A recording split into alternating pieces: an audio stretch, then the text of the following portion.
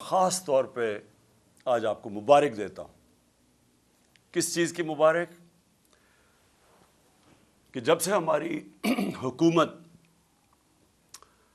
ہماری حکومت ہٹائی گئی ایک سازش کے تحت، میں اس دن سے ایک ہی بات بار بار کہتا رہا کہ پاکستان میں جب تک صاف اور شفاف الیکشن نہیں ہوں گے، ہمارا ملک ایک دلدل میں پھنستا جائے گا۔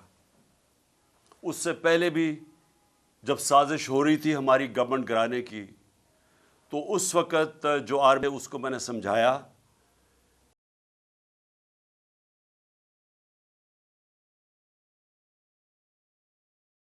ایک گورنمنٹ گرا کے جب پولیٹیکل انسٹیبلٹی، جیسی گورنمنٹ گرے گی پولیٹیکل اسٹیبلٹی آئے گی، میں تب کہا کہ آپ کوئی بھی، اور خاص طور پہ یہ لوگ جن کو میں 30 سال سے جانتا ہوں، معیشت کو نہیں سنبھال سکیں گے۔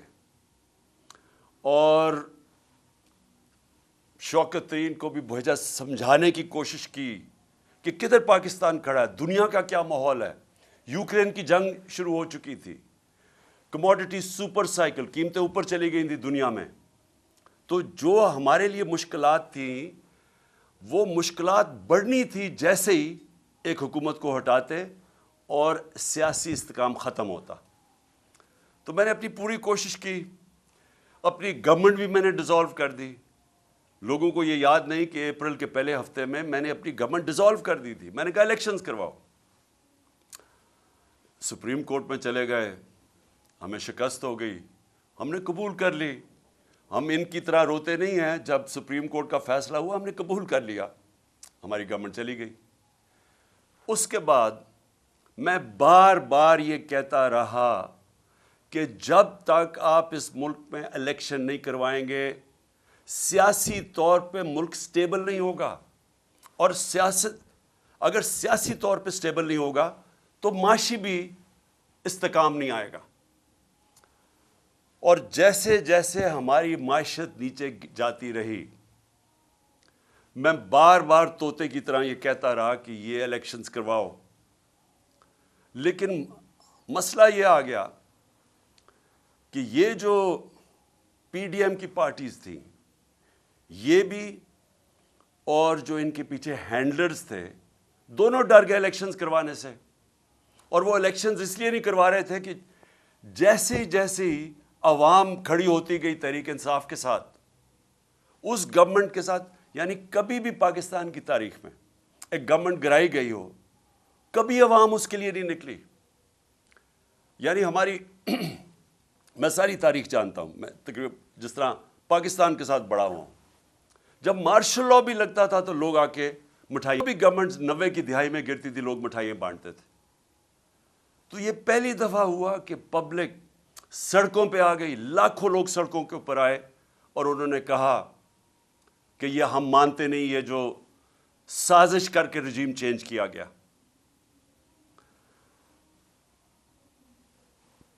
بدقسمتی سے بجائے میری بات سننے کے لیے، کیونکہ میں تو وہ کہہ رہا تھا جو پاکستان کی بہتری تھی، بجائے میری بات سننے کے ہمارے کارکنوں کے اوپر جو سختی کی گئی۔ میں جنرل مشرف کے مارشل لاء کے اندر اپوزیشن میں تھا، مجھے جنرل مشرف کے مارشل لاء میں جیل میں گیا۔ میں آج آپ سب کے سامنے کہتا ہوں کہ کبھی میں نے اس ملک کی تاریخ میں اس طرح کی سختی نہیں دیکھی جو انہوں نے ہمارے پہ کی۔ کارکنوں کو جیلوں میں ڈالا۔ 25 مئی کو میں بار بار کہتا ہوں جو ظلم کیا انہوں نے، لوگوں کے گھر 3 بجے لوگوں کے گھروں میں گھس کے، نہ چادر نہ چار دیواری، لوگوں کو اٹھا کے لے گئے۔ کبھی ایسے نہیں ہوا پاکستان میں۔ ہمارے خلاف 3 لانگ مارچز ہوئی، کتنی ایف آئی آر کاٹی اور کس کو کون سا پولیس ایکشن لیا، کتنی ٹیئر گیسنگ ہوئی۔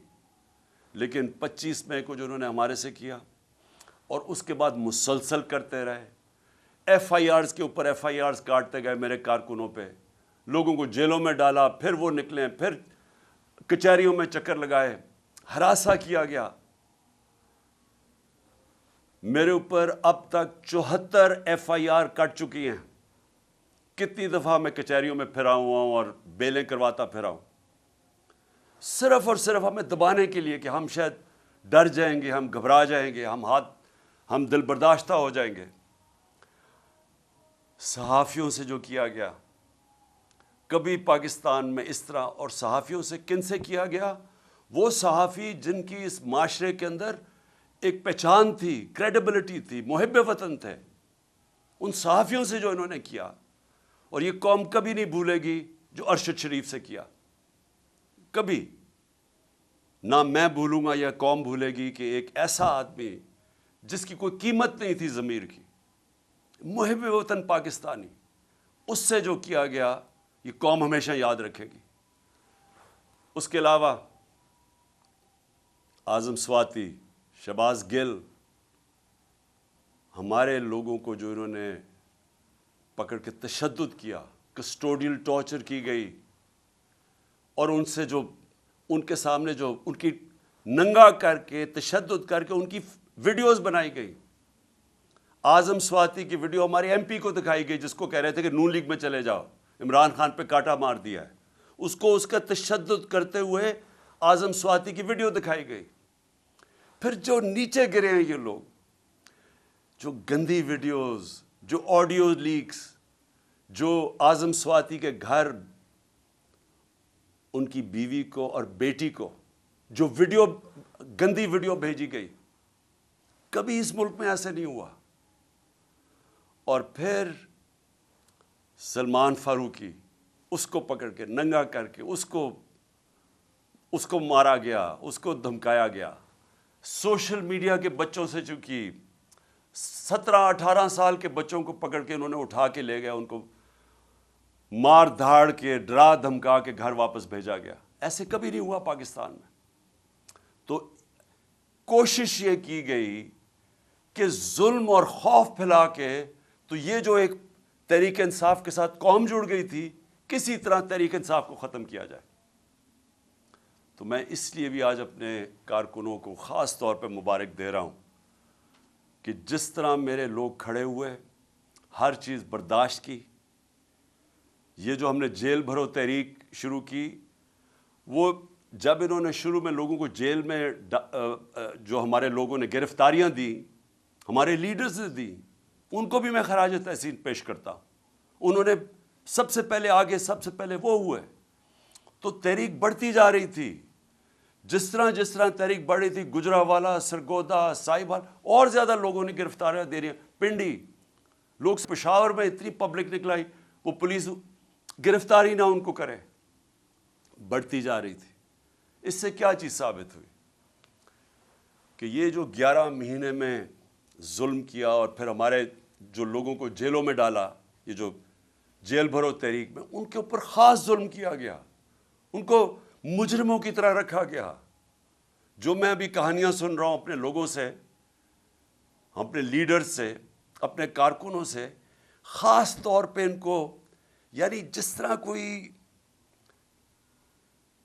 فیصلہ کر کے کہ جناب یہ ہمارے کوئی دشمن ہے، وہ کیا گیا ان سے۔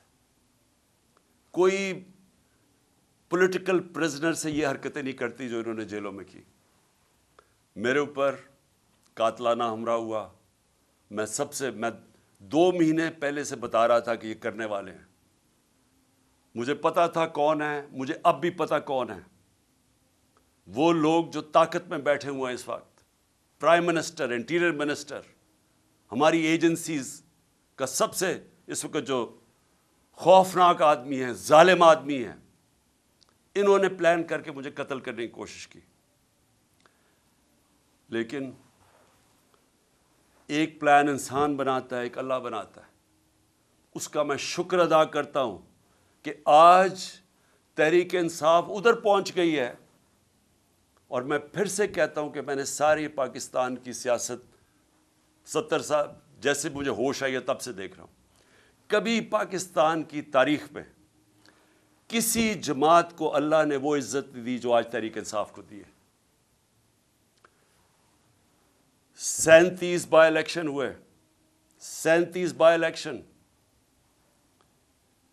ساری جماعتیں ایک طرف، الیکشن کمیشن ان کی مدد کرنے آئی، انتظامیہ نے ان کی مدد کی، اور جو اپنے آپ کو نیوٹرلز کہتے تھے وہ ان کے ساتھ کھڑے ہوئے۔ اس کے باوجود 37 بائی الیکشنز میں سے 30 بائی الیکشن تحریک انصاف جیتی۔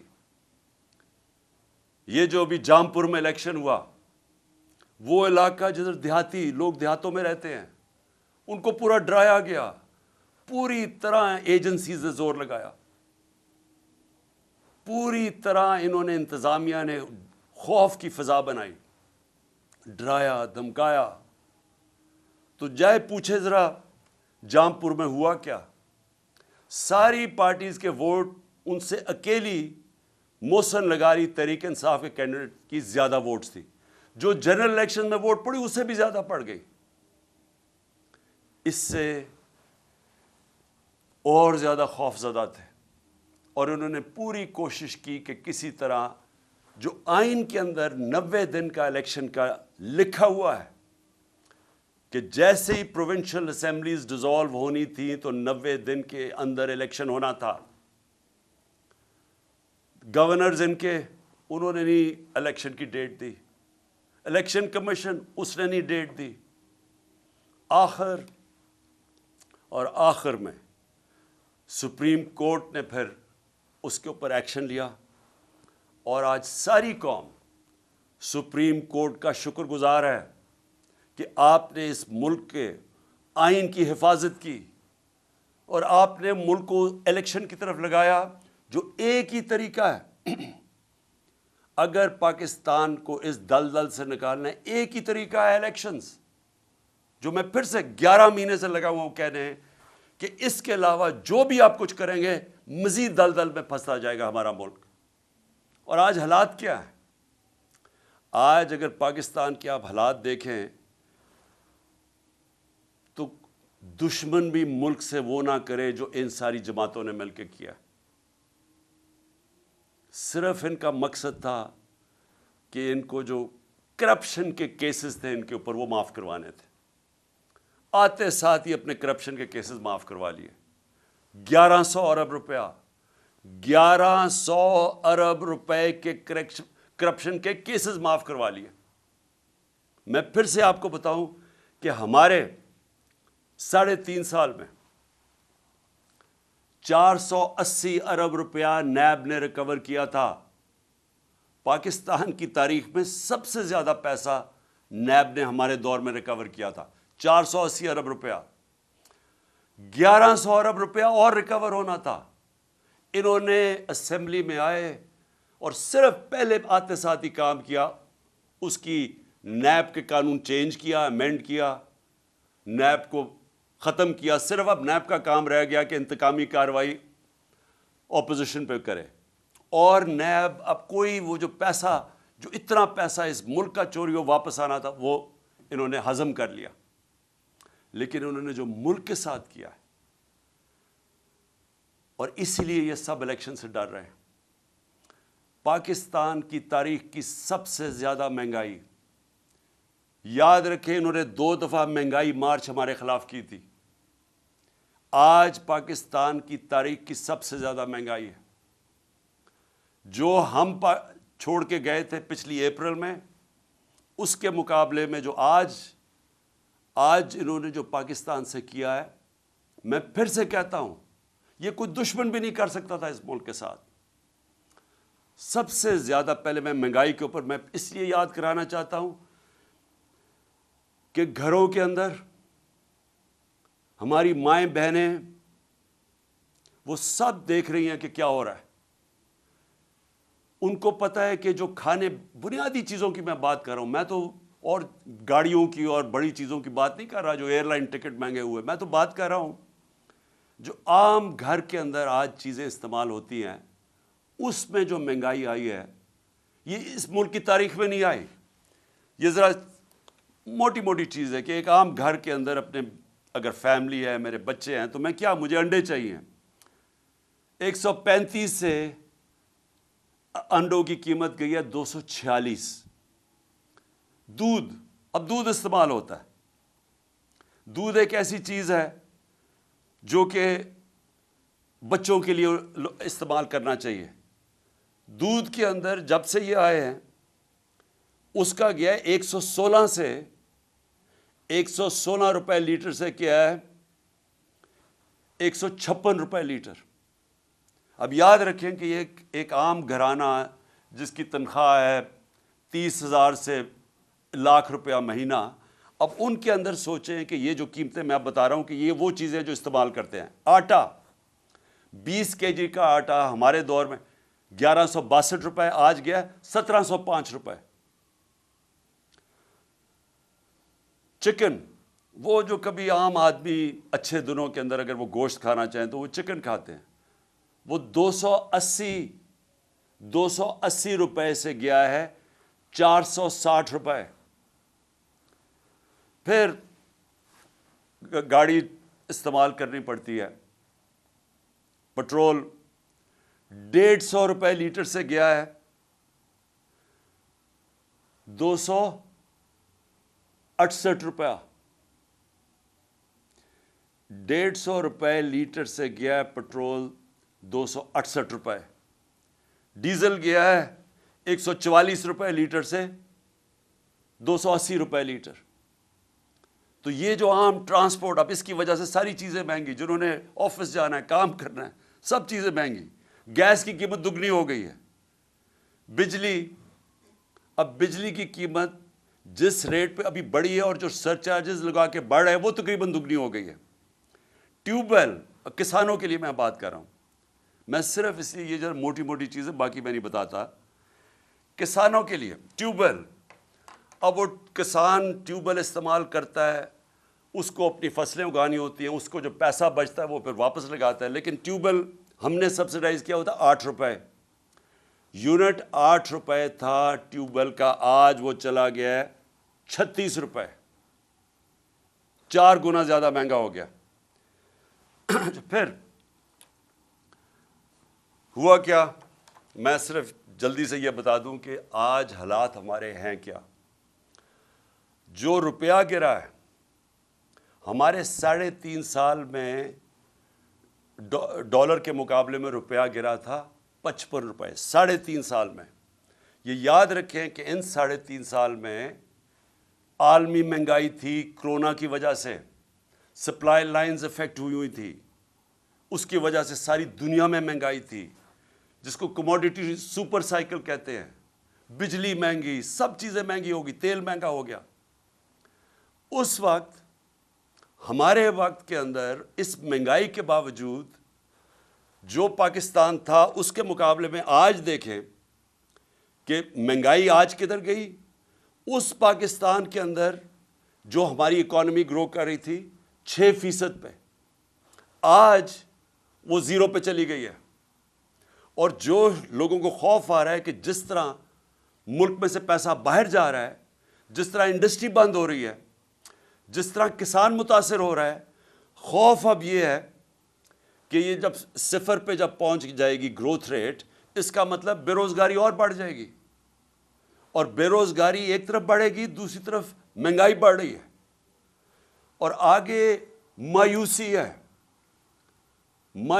ہے کہ 8 لاکھ پاکستانی پروفیشنلز ملک چھوڑ کے باہر چلے گئے۔ یہ ہے مایوسی کا عالم اس دور میں۔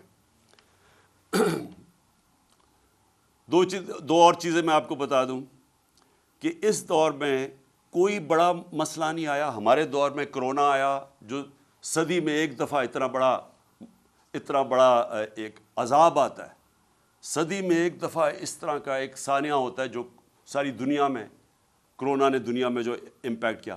ہمارے دور میں اس کے باوجود ہمارا ملک بھی آگے جا رہا تھا، ہماری معیشت بھی 6% پہ بڑھ رہی تھی، 17 سالوں کے بعد اس طرح اوپر جا رہا تھا۔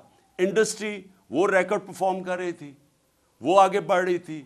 ہمارا ایک جو زرعی پیداوار تھی وہ 4.5% پہ تھی، وہ کوئی 17 سال کے بعد اوپر ملک جا رہا تھا۔ تو جب ملک اوپر بھی جا رہا تھا، روزگار 50 لاکھ نئی نوکریاں ملی ہمارے دور میں، تو اس مشکل حالات کے اندر، کرونا کے باوجود، کموڈٹی سپر سائیکل کے باوجود، ہم جب وہ ملک کو سنبھال رہے تھے تو ان کے کون سی قیامت آئی کہ آج پاکستان ادھر آگے کھڑا ہو گیا۔ آج جو سب سے بڑا مسئلہ ہے کہ آج اگر جس طرح ہم جا رہے ہیں ابھی مزید اور مہنگائی آنے والی ہے. ابھی یہ جو روپیہ گرا ہے, حال ہی میں جو روپیہ ابھی اور گرا ہے, اس کا بھی اور امپیکٹ پڑے گا. اور بھی تیل اور پٹرول اور مہنگے ہونے لگے, اور یہ مزید اور ہم دل میں دھستے جائیں گے. تو اس کا حل کیا ہے؟ میں آج اصل میں اپنی, کیونکہ یہ الیکشن ہماری کیمپین شروع ہونے لگی ہے, تو میں پہلے اب آپ کو بتاتا ہوں کہ راستہ کیا ہے اس میں سے نکلنے کا. قوم آج یہ پوچھ رہی ہے کہ اگر تحریک انصاف آتی ہے تو ہم کیا کریں گے, ہم کیسے قوم کو اس مشکل وقت سے نکالیں گے. سب سے پہلے جب تک اس ملک کے اندر ایک گورنمنٹ نہیں آتی, ایک پبلک مینڈیٹ لے کے آئے, جو پبلک کی ووٹ سے آئے, جو پبلک جس پہ اعتماد کرے. پہلا تو اگر ملک کو اب اس دلدل سے نکالنا ہے, پہلے تو وہ گورنمنٹ چاہیے جس کے ساتھ پاکستان کی قوم کھڑی ہو, اور وہ صرف الیکشن سے آ سکتی ہے. میں یہ امید رکھ رہا تھا کہ جب 2 صوبوں کے اندر الیکشن اب سپریم کورٹ نے کہہ دیا اور وہ ہوں گے انشاءاللہ 30 اپریل کو, تو میں امید یہ رکھ رہا تھا کہ اتنی ان میں عقل آ جائے گی کہ بجائے 60% پاکستان میں الیکشن ہو, جنرل الیکشن کر دیں. اس سے ملک میں, کیونکہ جنرل الیکشن ہوگا تو ملک کے اندر استحکام آئے گا. کیونکہ جو بھی ہم کریں گے, جب تک ایک گورنمنٹ, ایک پاکستان کے اندر نیشنل الیکشنز ہو کے ایک گورنمنٹ نہیں آتی, تو سیاسی استحکام نہیں آنے لگا. اور وہ سیاسی استحکام الیکشنز میں آئے گا, اور اس کے بعد معاشی استحکام آئے گا.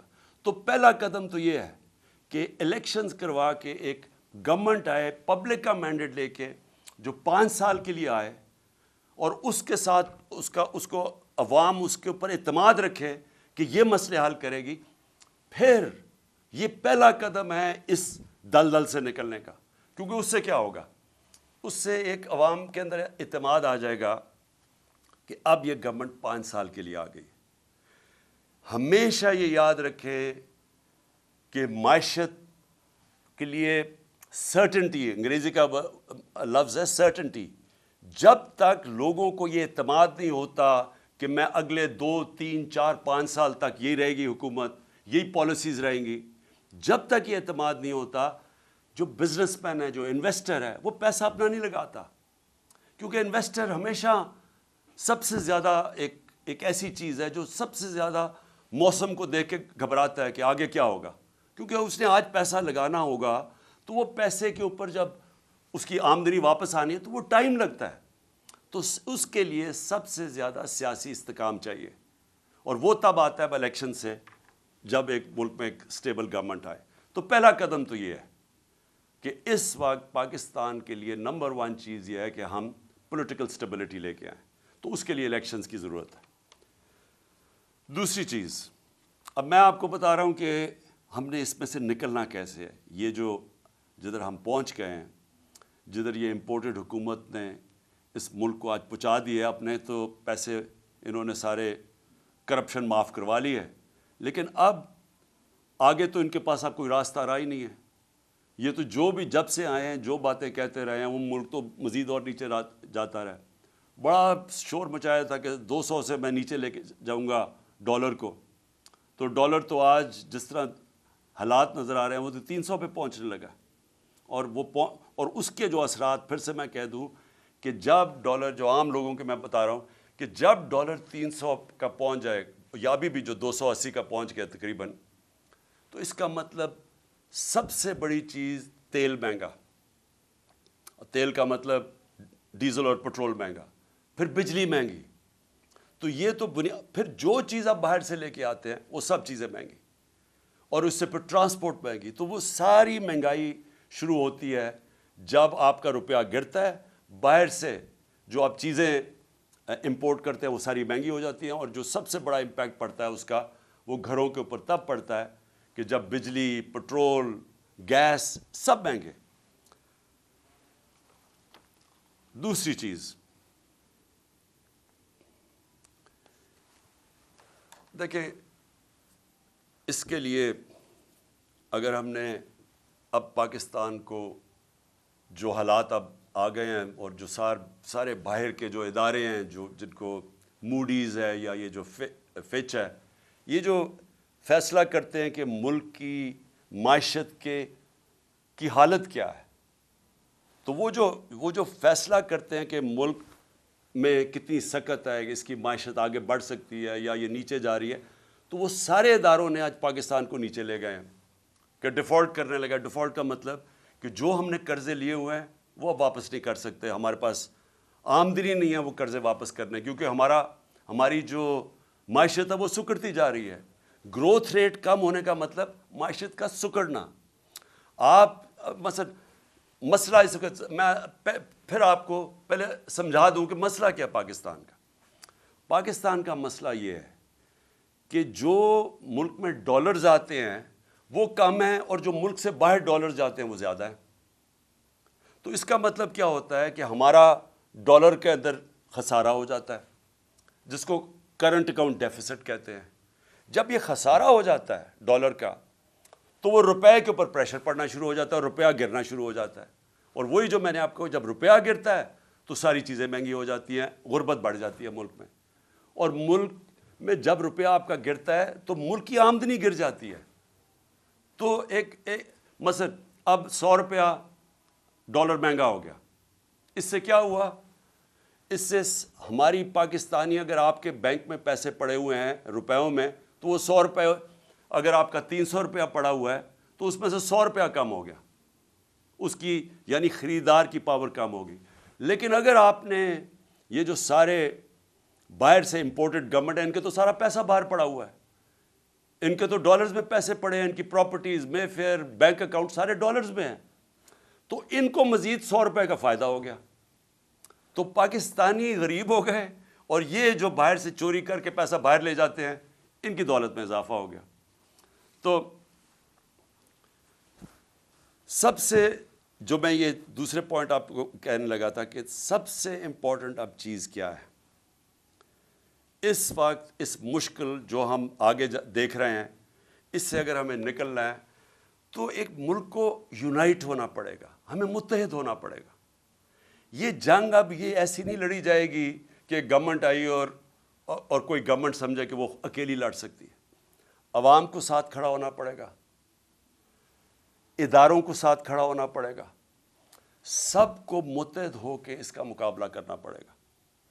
اور جب بھی دنیا کے اندر کسی قوم کے اوپر مشکل وقت آتا ہے، آپ دنیا کی تاریخ دیکھ لیں، آپ اور تو اور مثال دوسری جنگ عظیم میں 2 ملک مکمل طور پہ تباہ ہو گئے، جرمنی اور جاپان، لیکن 10 سال میں پھر کھڑے ہو گئے، کیونکہ وہ قومیں تھیں، انہوں نے مل کے مقابلہ کیا، سب اکٹھے ہوئے، ادارے سب نے فیصلہ کیا کہ ہم نے پھر سے اپنے پیر پہ کھڑا ہونا ہے، اور کھڑے ہو گئے۔ جب قوم اکٹھی ہو جاتی ہے اس کے لیے کوئی چیز ناممکن نہیں ہوتی۔ قوم جب فیصلہ کر لیتی ہے کہ ہم نے اپنے پیر پہ کھڑا ہونا ہے، ایک غیرت مند ملک بننا ہے، کسی کے سامنے ہاتھ نہیں پھیلانا، جب اس میں خودداری آ جاتی ہے وہ پھر قربانیاں دیتی ہے، اور مشکل وقت سے نکلنے کے لیے ہمیشہ قربانیاں دینی پڑتی ہیں۔ اب میرا گھر ہے، قرضے چڑھ گئے، اب جب قرضے چڑھ گئے تو میں کیا کروں گا؟ میں اپنی آمدنی بڑھانے کی کوشش کروں گا، اور جب تک میری آمدنی بڑھتی میں اپنے خرچے کم کروں گا۔ اس کے علاوہ تو جب سے اللہ نے دنیا بنائی ہے اور کوئی دوسرا راستہ نہیں ہے۔ تو ہمارے سامنے بھی اب پاکستان کے سامنے یہ راستہ ہے، ہم نے اپنے خرچے کم کرنے ہیں، ہم نے ہر وہ ادارہ جو کہ پاکستان کے اوپر بوجھ بنا ہوا ہے، ہر وہ گورنمنٹ کارپوریشن جو بوجھ بنی، اب ہم نے سوچنا ہے کہ ہم کیسے ان کو ٹھیک کرنا ہے، اور اس کے لیے ہمیں وہ قدم اٹھانے پڑیں گے جو پاکستان نے اپنی تاریخ میں نہیں اٹھائے۔ ہم شارٹ کٹس لے لیتے ہیں، ہم ایڈ لے لیتے ہیں، ہم قرضے لے لیتے ہیں، اس سے کیا ہوتا ہے؟ اور جو یہ حکومت کرنے کی کوشش کر رہی ہے، ہاتھ پھیلایا کہ جو کہیں سے قرضے آ جائیں، بڑا یعنی خوشیاں بنائی جاتی ہیں کہ جی وہاں سے چائنا نے $500 ملین کا قرضہ دے دیا، لیکن یہ تو کینسر کا علاج ڈسپرن سے ہو رہا ہے، کینسر تو پھیلتی جا رہی ہے۔ کینسر کا جب تک کینسر کاٹ کے نکالی نہیں جائے گی، اب یہ ملک کا علاج ہو نہیں سکتا قرضوں سے، تو اس سے کیا کرنا ہے؟ پہلے تو ہم نے اپنے خرچے کم کرنے ہیں. کئی ہماری گورنمنٹ کارپوریشن سے نقصان کر رہی ہیں، ان کو بالکل ریسٹرکچر کرنا ہے. ہم نے اتنی بڑی گورنمنٹس بنا دی ہیں، سوچنا ہے کہ ان کو ہم نے صحیح طرح چلانا کیسے ہے. ہم نے مثلاً پینشنز ہیں، اور پینشنز اتنی زیادہ ہو گئی ہیں کہ ہمارا جو خرچہ ایک صوبے کا خرچہ ہوتا ہے اس میں اس کا زیادہ پیسہ پینشنز پہ چلا جاتا ہے. حالانکہ دنیا میں پینشنز کے ذریعے پیسہ بنایا جاتا ہے. پینشنز کو سیونگ کروا کے جو لوگ پینشن دے رہے ہوتے ہیں وہ اپنی پینشن فنڈ میں کنٹریبیوٹ کرتے رہتے ہیں، وہ بڑا فنڈ بن جاتا ہے. مہاتر محمد نے مجھے بتایا کہ وہ ان کا جو پینشن فنڈ ہے وہ ان کے لیے پیسے وہ انویسٹ کرتے ہیں، اسے پیسہ آتا ہے، اور اس سے پیسے میں وہ ملک کی دولت میں اضافہ ہوتا ہے. ہمارے لیے وہ بوجھ بنا ہوا ہے. تو میں صرف مثال دے رہا ہوں کہ ہمیں اب وہ قدم اٹھانے پڑیں گے جو اب تک ہم پاکستان میں نہیں کرتے رہے. ریولوشنری چینجز کرنے پڑیں گے، اور اس میں سب کو اکٹھا ہونا پڑے گا. ہم سارے جو ادارے ہیں سب کو فیصلہ کرنا پڑے گا کہ اب یہ راستہ ہے ہمارا، اور ہم سب نے اس راستے پہ جانا ہے. آمدنی کیسے بڑھے گی؟ ایکسپورٹس بڑھانی پڑیں گے، یعنی اس ملک میں اب ڈالر لانے پڑیں گے. وہ کون سے طریقے ڈالرز لانے کے لیے؟ ایکسپورٹس. آج تک کسی نے توجہ ہی نہیں دی ایکسپورٹس کے اوپر. جو ساری دنیا میں ملک آگے بڑھے ہیں، چائنا آگے بڑھا ہے، ایسٹ ایشین ٹائیگرز آگے بڑھے ہیں، اس ساروں نے اپنی ایکسپورٹس کے اوپر زور دیا ہے. ہم نے کبھی توجہ ہی نہیں دی کسی نے. ہم جب آئے تھے تو پچھلے 5 سال ہمارے پہلے ایکسپورٹ ٹو جی ڈی پی ریشو وہ نیچے چلی گئی تھی، بجائے پازیٹیو ہونے کے نیچے آ گیا تھا، کیونکہ کسی کی توجہ ہی نہیں ہے ایکسپورٹس کے اوپر. تو سب سے پہلے تو دولت میں اضافہ کرنے کے لیے، اپنے ملک کی دولت اضافہ کرنے کے لیے سب کو سمجھانا پڑے گا کہ ہر چیز جو پاکستان ایکسپورٹ کر سکتا ہے، ہمارے ساری گورنمنٹ کے اداروں نے پورا مل کے ان کی مدد کرنی ہے کہ وہ ایکسپورٹ زیادہ کریں.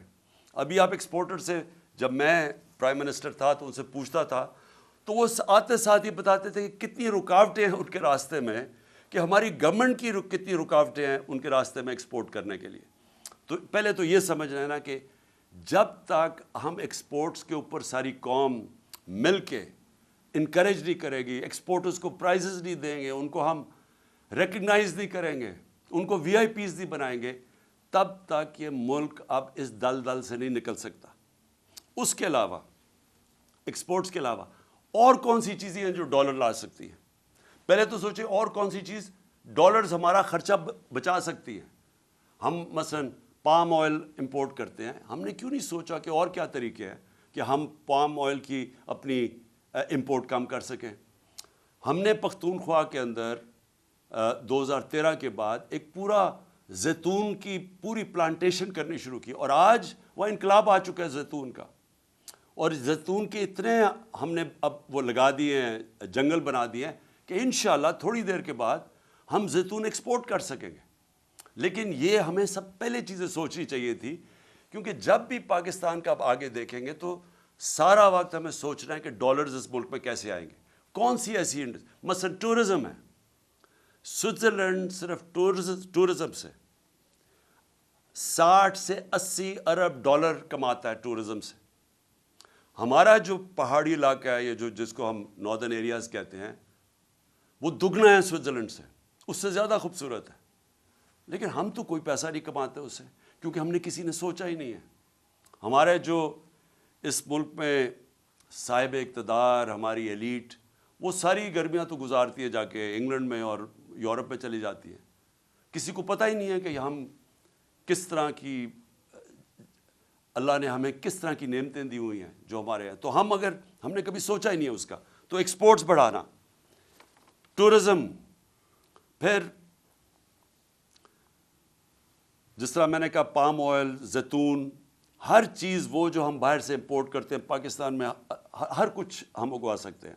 ہم نے کبھی اس کے اوپر نہیں سوچا. ہمارا سارا تقریباً کتنے 100 کلومیٹر کا ہمارا سمندر ہے، ادھر ہم سارا پام آئل اگا سکتے ہیں، کبھی کسی نے سوچا نہیں.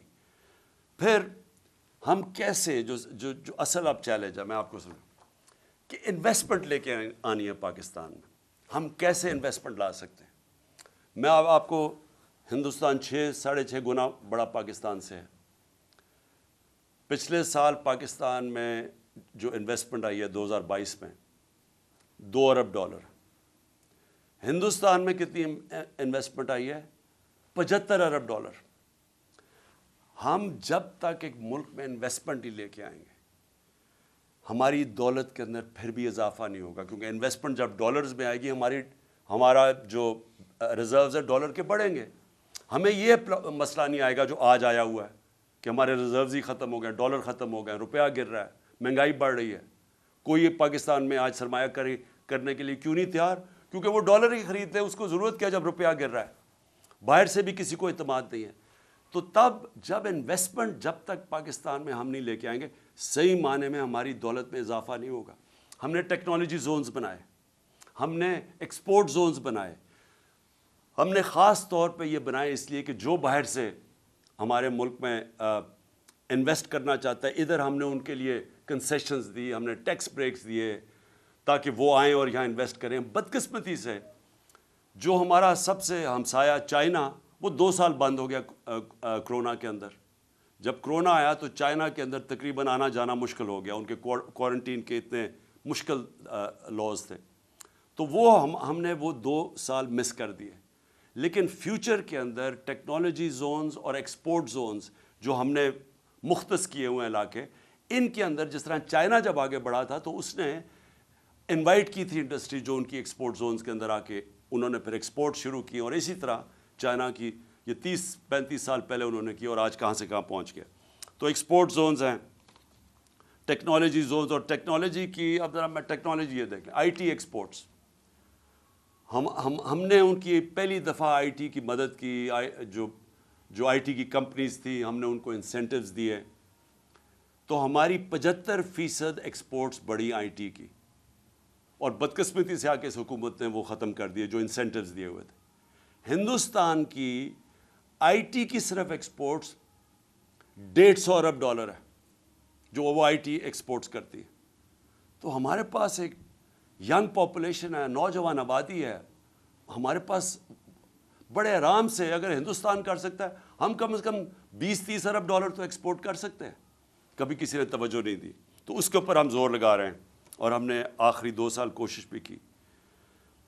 لیکن یہ جو میں انویسٹمنٹ کی پہلے بات کر رہا ہوں, دیکھیں یہ کیسے انویسٹمنٹ آئے گی پاکستان میں.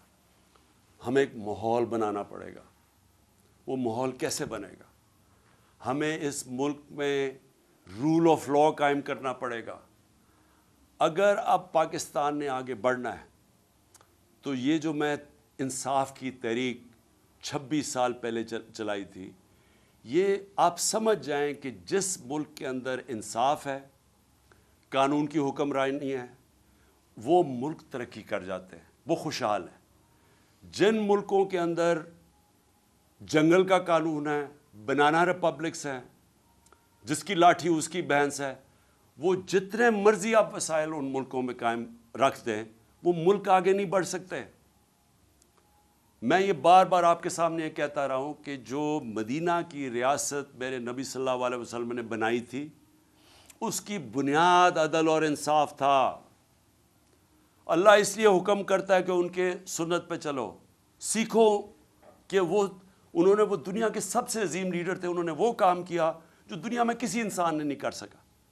انہوں نے اس ملک کو کہاں سے, اب مدینہ کو دنیا کی امامت کی وہاں سے اٹھ کے ان لوگوں جن کی حیثیت کوئی نہیں تھی, تو سب سے پہلے مدینہ میں عدل اور انصاف قائم کیا.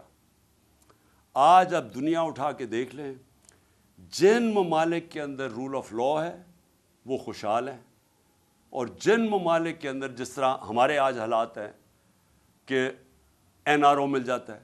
کیوں نہیں جی, کس یورپین ملک میں کبھی سنا ہے این آر او کسی کو ملتا ہوا؟ کبھی امریکہ میں سنا ہے, سوئٹزرلینڈ میں سنا ہے, کبھی سنا ہے کہ آپ چوری کریں, ملک کی دولت چوری کرو اور آپ کہیں جی میں قانون سے اوپر ہوں؟ اس کو جنگل کا قانون کہتے ہیں. کبھی سنا ہے اپنے پاکستانی آپ کے باہر ہیں, 1 کروڑ پاکستانی باہر بیٹھا ہوا ہے, کبھی ان سے پوچھیں کہ یورپ, انگلینڈ, امریکہ, ناروے, آسٹریلیا, کبھی قبضہ گروپ کا نام سنا ہے؟ کبھی کوئی طاقتور کمزور کی زمین پہ قبضہ کر سکتا ہے؟ کیونکہ انصاف ہے وہاں. کیوں آپ کے لوگ یہاں سے پوری ہر قسم کی کوشش کرتے ہیں باہر جانے کے لیے؟ ابھی مجھے افسوس ہوا، ہماری ایک ہاکی پلیئر تھی، ترکی سے جاتے ہوئے اٹلی، وہ ان کی کشتی ڈوب گئی، اس میں پتہ نہیں کتنے 26 پاکستانی بھی ڈوب گئے، اور وہ ہماری ہاکی پلیئر بھی ڈوب گئی. تو کیوں سوچا کہ کیوں اتنے لوگ چانس لیتے ہیں؟ ہر روز آپ پڑھتے ہیں کہ وہ کشتیوں میں جانے کی کوشش کر رہے ہیں یورپ میں، اور وہاں راستے میں ڈوب جاتے ہیں. کیوں جاتے ہیں؟ وہاں پیسے تو کوئی بانٹ نہیں رہا. ان ملکوں کے اندر انصاف ہے. انصاف کا مطلب کیا ہے؟ کہ محنت کروں گا مجھے محنت کا پھل ملے گا. وہ ایسے ملک ہیں جب آپ، جس کو آج ایک لفظ استعمال کیا جاتا ہے، level playing field. Level playing field تب آتی ہے جس ملک کے اندر رول آف لا ہوتا ہے، انصاف ہوتا ہے. جب ایک ملک کے اندر انصاف ہوتا ہے، لوگوں کو تحفظ ملتا ہے، ان کے جس کو فنڈامنٹل رائٹس کہتے ہیں، بنیادی حقوق کو ان کے ملک کا قانون حفاظت کرتا ہے ان کی. جب مجھے پروٹیکشن ملتی ہے تبھی میں آزاد ہوتا ہوں، اور آزاد لوگ ہی بڑے کام کرتے ہیں. تو جو بنیادی چیز انصاف دیتا ہے وہ آزادی دیتا ہے. وہ ایک انسان کو لیول پلینگ فیلڈ دیتا ہے. وہ پھر اس جدھر انصاف ہوتا ہے ادھر انویسٹمنٹ جاتی ہے، لوگ ادھر جا کے اپنی فیکٹریاں لگاتے ہیں، کیونکہ ان کو تحفظ ہوتا ہے، ان کو ایک قانون، ایک ملک کی عدالتوں پہ اعتماد ہوتا ہے کہ میں اگر یہاں سرمایہ کاری کروں گا تو مجھے حفاظت ملے گی.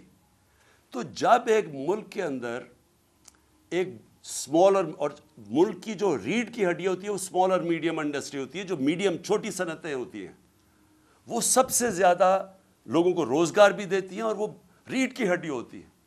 تو جب ایک ملک کے اندر انصاف نہیں ہوتا، کانٹریکٹ انفورسمنٹ نہیں ہوتی، عدالتیں ان کو تحفظ نہیں دیتی، جو پالیسیز پریڈکٹیبل نہیں ہوتی، آگے یعنی آج ایک قانون بنا کل دوسرا بنا، آج ایک ٹیکس کا نظام ہے کل دوسرا بنا، اس ملک کے اندر سب سے پہلے جو کچلے جاتے ہیں وہ چھوٹی صنعتیں ہیں، اسمال اور میڈیم انڈسٹری. اور جب ایک ملک میں انصاف، کانٹریکٹ انفورسمنٹ، لوگوں کو تحفظ دیتے ہیں، وہ پھر ترقی کرتے ہیں ملک، ادھر خوشحالی آتی ہے.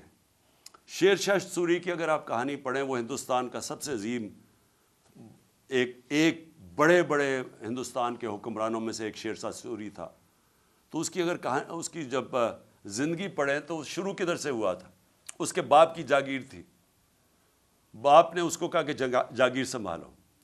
یہ بہار کے اندر جاگیر تھی. اس نے وہ جاگیر کے اندر سب سے پہلے کام کیا؟ اس نے جو بڑے ڈاکو تھے ان ساروں کو ختم کیا.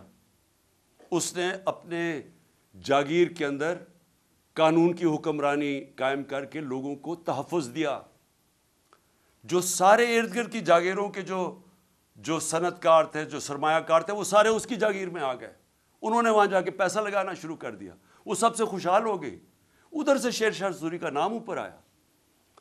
تو آج بھی اگر آپ سوئٹزرلینڈ چلے جائیں، یورپ چلے جائیں، جو میں نے دیکھا ہے، وہاں پیسے نہیں لوگ بانٹ رہے. ہمارے لوگ اس لیے جاتے ہیں کہ وہاں کا نظام ایسا ہے کہ جو محنت کرے گا اس کو فائدہ ہوتا ہے، اور وہاں کوئی تنگ نہیں کرتا، کوئی قبضے نہیں کرتا، کوئی طاقتور آ کے اس کو کوئی رشوت نہیں مانگتے ہر دوسرے دن لوگ. دبئی میں چلے جائیں، دبئی میں آپ پوچھیں ذرا پاکستانیوں سے کہ کس طرح، کیوں آپ پاکستان میں نہیں بزنس کرتے، کیوں دبئی چلے گئے ہیں؟ تو وہ پوچھیں، وہ آپ کو بتائیں گے کہ کوئی تنگ نہیں کرتا ان کو پتہ ہے یہ ٹیکس ہے، اتنا دو، آرام سے محنت کرو، کام کرو، آپ کو فائدہ ہوگا. تو جو سب سے ضروری چیز پاکستان میں قانون کی حکمرانی قائم کرنا ہے، رول آف لا قائم کرنا ہے. یہ مجھے بڑے لوگوں نے میرے سے پوچھا کہ جی یہ آپ کیسے قائم کریں گے؟ یہ میں 26 سال سے کوشش کر رہا ہوں. میں نے لوگوں کو، میرے سے جب بات کرتے ہیں کہ جی عمران صاحب دیکھیں آپ یہ اپوزیشن ہے، آپ ان سے بات کیوں نہیں کرتے؟ میں ان سب کو اب سے نہیں پہلے سے بھی کہہ رہا ہوں کہ پولیٹیشن سب سے بات چیت کرتا ہے. پولیٹیشنز کسی سے کٹی نہیں کرتا. پولیٹیشنز کا کام ہوتا ہے سب سے بات کر کے اپنے موقف کے ارد گرد لانا، یا ان کی بات سننا، اپنی سننا، اور پھر کوئی بیچ میں کوئی گراؤنڈ پہ پہنچنا. لیکن جو لوگ ملک کا پیسہ چوری کرتے ہیں، آپ ان کے ساتھ کیسے سمجھوتا کر سکتے ہیں؟ مجھے اگر یہ بار بار، جب 3.5 سال میں گورنمنٹ میں تھا، مجھے بار بار کہتے رہے کہ جی ان کو آپ این آر او دے دیں. جنرل باجوہ نے کہا کہ ان کو این آر او دے دو. وہ جب میں ان سے بات کریں ہم نے فیٹف کا بل پاس کرنا ہے، وہ کہتے جی این آر او دے دو. میں این آر او نہیں دے سکتا کیونکہ میرا پیسہ انہوں نے نہیں چوری کیا، پیسہ عوام کا چوری کیا ہے. میں کون ہوتا ہوں کہ عوام کا پیسہ ان کو معاف کر دوں؟ اور جب آپ ان کو معاف کرتے ہیں تو باقی چوروں کو کیوں پکڑتے ہیں؟ پھر جیلوں میں بیچارے غریب لوگ کیوں پھنسائے ہوئے ہیں؟ میں سب سے بات کرنے کے لیے تیار ہوں، سب سے سمجھوتا کرنے کے لیے تیار ہوں، کیونکہ جو آگے پاکستان کے حالات ہیں، میں پھر سے کہہ رہا ہوں کہ ساری قوم کو مل کے ان کا مقابلہ کرنا پڑے گا. میرے اوپر قاتلانہ حملہ ہوا، مجھے پتہ ہے کس کس نے حملہ کیا.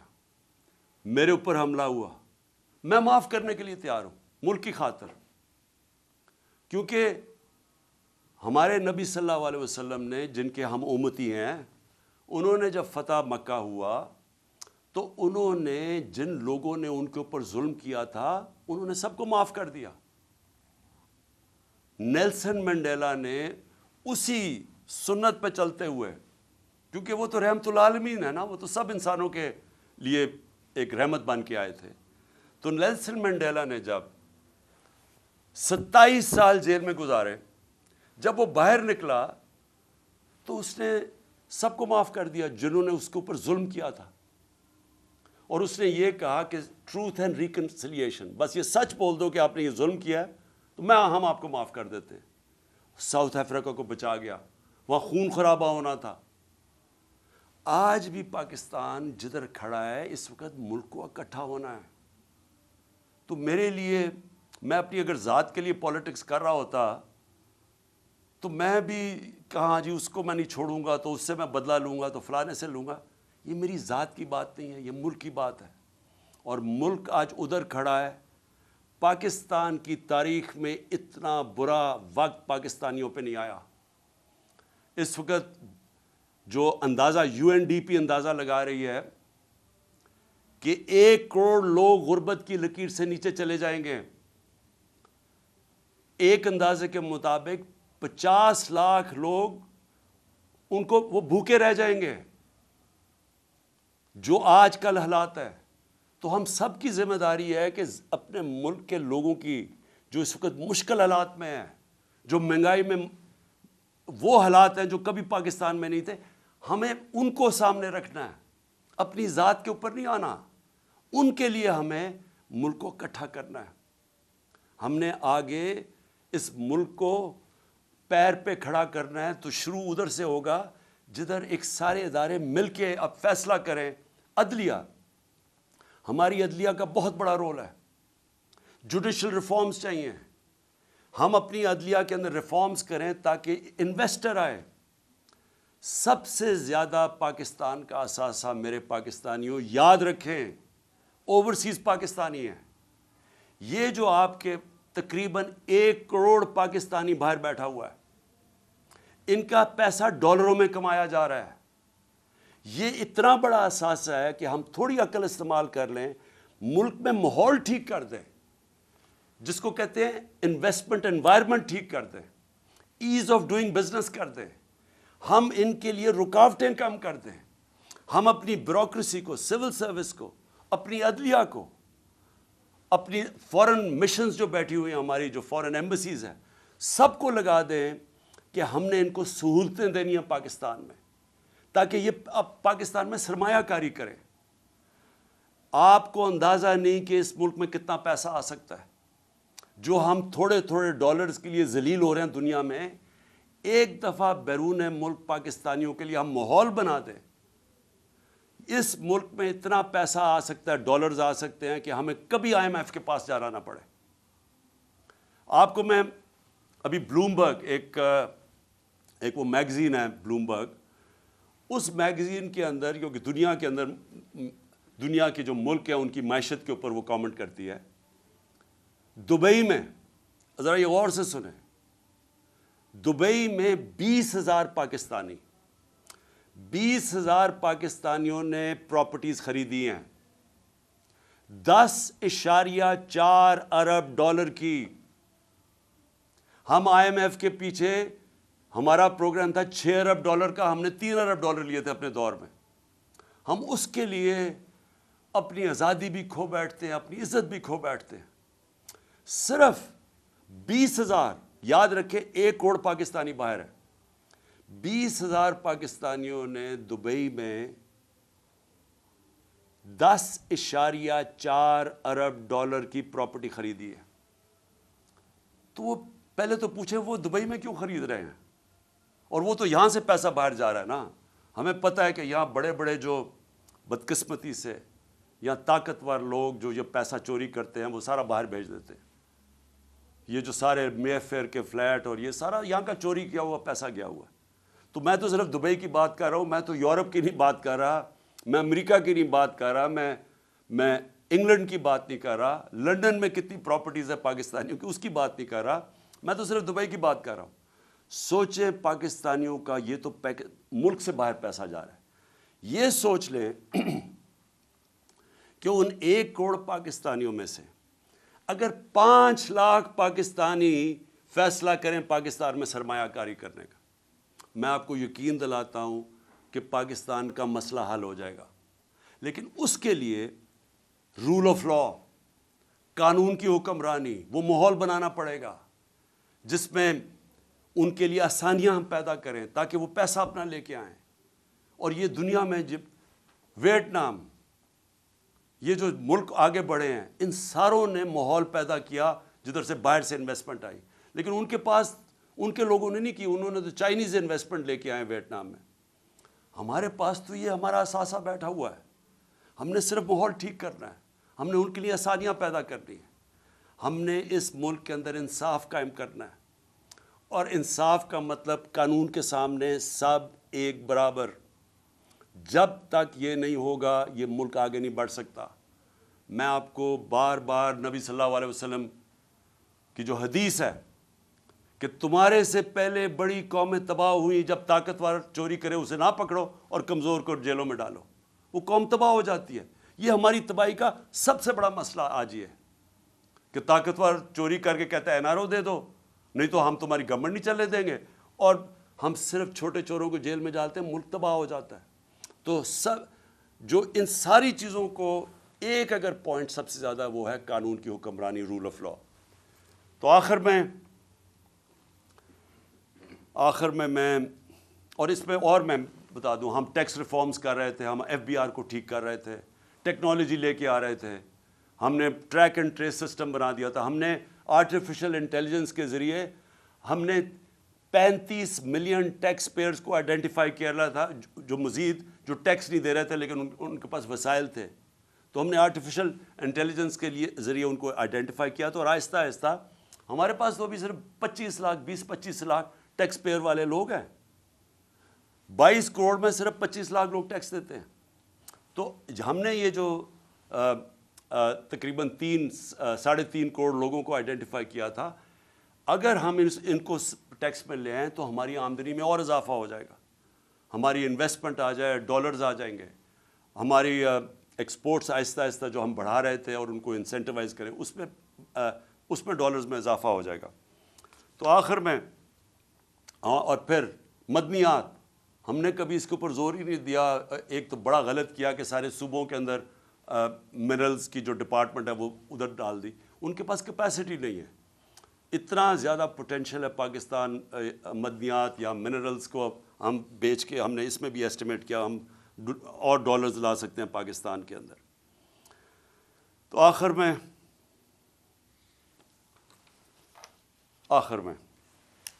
انشاءاللہ اگلے ہفتے میں اپنا پہلا جلسہ کر رہا ہوں اور میں آغاز کر رہا ہوں اپنی الیکشن کیمپین کا.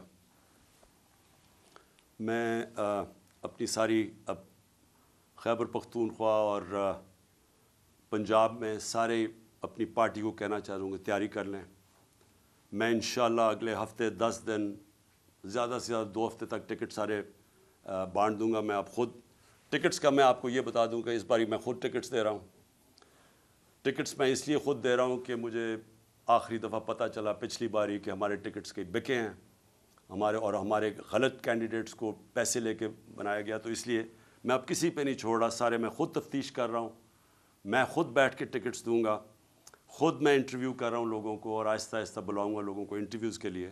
لیکن اگلے ہفتے 2 ہفتے تک انشاءاللہ میں ٹکٹس تقریباً سارے دے چکا ہوں گا.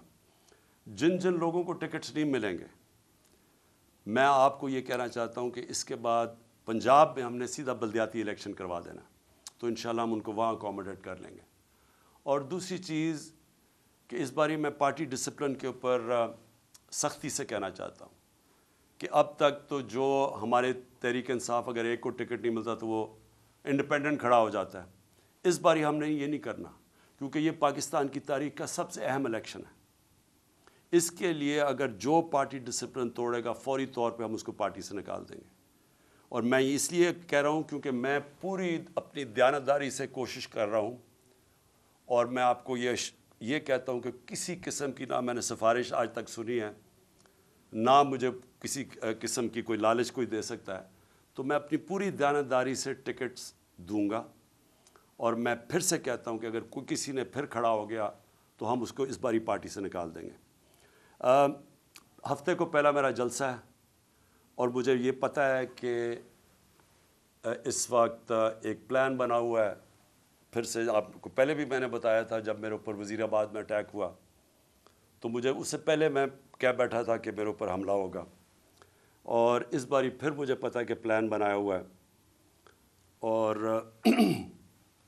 مجھے یہ بھی پتہ ہے کہ کون لوگ ہیں جو اس کے پیچھے ہیں. لیکن مجھے ایک بڑی خوشی ہوئی کہ میں نے یہ دیکھا کہ ان 11 مہینے میں نے اپنی پارٹی کو بدلتے دیکھا. ہماری پارٹی کو سارے کہتے تھے کہ جی ممی ڈیڈی پارٹی ہے، یہ تو جی بیچارے کوئی مشکل برداشت ہی نہیں کر سکتے. لیکن میں نے جو اپنی پارٹی کو بدلتے دیکھا، 25 مئی کو انہوں نے یہ جو ایک بدماش ہے ان کا انٹیریئر منسٹر، اور یہ جو سارے مل کے انہوں نے ہمارے اوپر ظلم کیا، اور ان کا یہ خیال تھا کہ اب پارٹی بالکل بیٹھ جائے گی، اب یہ نہیں کھڑی ہوتی. لیکن پارٹی پھر سے کھڑی ہوئی، اور لوگ شوق میں چلے گئے، ہکا بکا رہ گئے کہ کیسے کوئی کر سکتا ہے جمہوریت کے اندر جو انہوں نے ہمارے پہ ظلم کیا تھا. اس کے باوجود اور ڈرایا دھمکایا. اعظم سواتی کو جب مار رہے تھے اس کو کہہ رہے تھے کہ یہ عمران خان کو بتانا، اس سے ہم یہ کریں گے. وہ اعظم سواتی اور یعنی ان کا اور عزم مضبوط ہو گیا. اور اس کے بعد ابھی جو ہمارے لوگ جیلوں میں گئے، میں ابھی جیلوں والے لوگوں سے بات کر رہا تھا جو واپس آئے، انہوں نے خاص طور پہ فیصلہ کیا کہ ان کو دبانا، ان کو سبق سکھاؤ. مجرموں سے زیادہ انہوں نے ہمارے اوپر سختی کی جیلوں کے اندر. اس کے جو میں نے اب ان لوگ اپنے کارکنوں کو دیکھا جو نکلے ہیں، وہ اور زیادہ پرعزم ہیں. اس لیے اب مجھے ایک چیز ہو گیا کہ اگر عمران خان کو کچھ ہو بھی جاتا ہے تو یہ وہ پارٹی بن گئی ہے، یہ اس ملک کا نوجوان میں وہ شعور آ گیا ہے، وہ تیار ہو گیا کہ اب کبھی بھی انشاءاللہ اس ملک کو حقیقی آزادی کی طرف کوئی بھی روک نہیں سکتا. یہ وہ قوم، میں ایک دن اللہ سے دعا کرتا تھا کہ کیونکہ میں باہر کے ملک دیکھتا تھا سارے، اور میں دیکھتا تھا ان کو کہ وہ آزاد لوگ تھے، وہ لوگ آزاد تھے، اور آزاد لوگوں کی پرواز اوپر ہوتی ہے. اور میں ہمیشہ دیکھتا تھا کہ ہم ایک دبے ہوئی قوم ہیں، ہم ایک ہی پولیس کا دبکہ آ جائے کہ یہ جیل میں ڈال دیں گے تو اس سے دیکھ کے ڈر جاتے تھے، کیونکہ ہم کبھی حقیقی معنی میں آزاد نہیں ہوئے. اب میں ایک آزاد قوم کو ابھرتے دیکھ رہا ہوں. میں اپنے نوجوانوں کو لا الہ الا اللہ کا مطلب سمجھتے دیکھ رہا ہوں. لا الہ الا اللہ انسان کو غیرت دیتا ہے، خودداری دیتا ہے. یہ جو خوف کا سب سے بڑا جو غلامی انسان کرتا ہے، وہ خوف کی بت کی غلامی کرتا ہے.